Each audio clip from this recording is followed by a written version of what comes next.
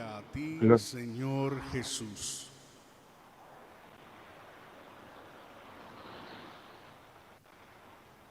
El Evangelio de hoy nos narra un día típico de Jesús. ¿Qué hacía Jesús en un día normal?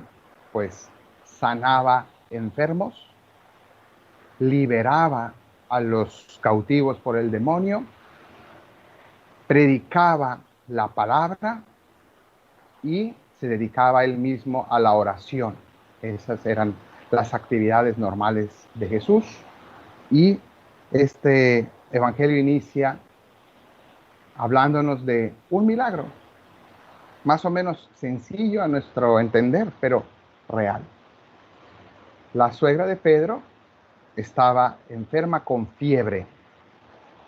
La fiebre que hoy es muy peligrosa, ¿no? En la pandemia la interpretamos como algo peligroso, pero la fiebre es algo que desgasta a la persona y que simplemente hace que la persona esté dentro de sí misma, que le duela el cuerpo, que no pueda pensar en nada más que en sus escalofríos, en su propio dolor, en su propio malestar. Es un malestar en todo el cuerpo. Bueno, pues esa fiebre, esta mujer la tenía y dice aquí que Jesús la tocó, la tomó de la mano, le mandó a la fiebre y ella entonces se levantó enseguida, y aquí quiero fijarme en esto, dice, se levantó enseguida y se puso a servirles.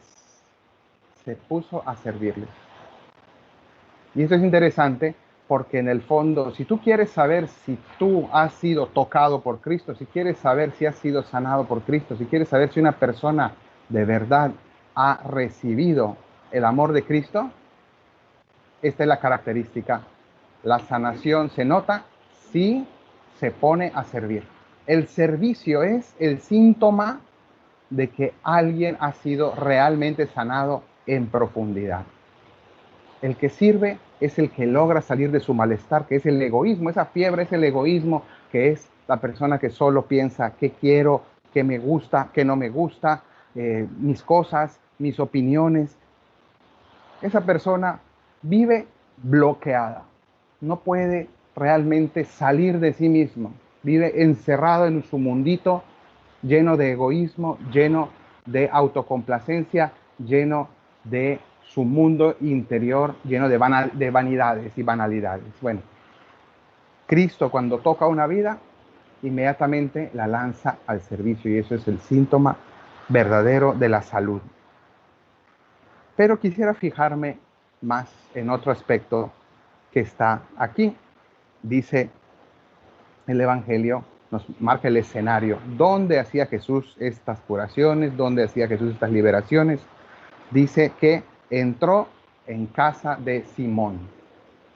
Casa de Simón. La casa de Pedro, Simón Pedro, en Cafarnaúm todavía hoy se puede visitar ese lugar donde estaba la casa de Pedro, que era el lugar donde se hospedaba Jesús. ¿Cuál es esa casa de Pedro donde Jesús vive, donde Jesús predica, donde Jesús sana, donde Jesús libera y a donde todos van a buscarlo? La casa de Pedro es la iglesia, nuestra iglesia, la iglesia católica. Ese es el lugar donde encontramos a Cristo, donde encontramos la palabra de Cristo, donde encontramos la sanación de Cristo.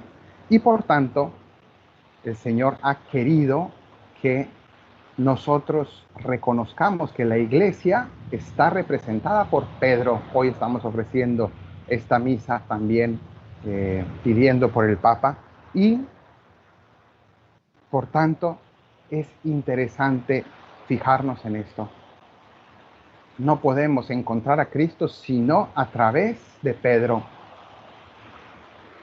Y en el Evangelio, en la primera lectura, San Pablo le dice a los corintios, los reprende, porque les dice: mientras haya entre ustedes envidias y contiendas, siguen siendo personas carnales.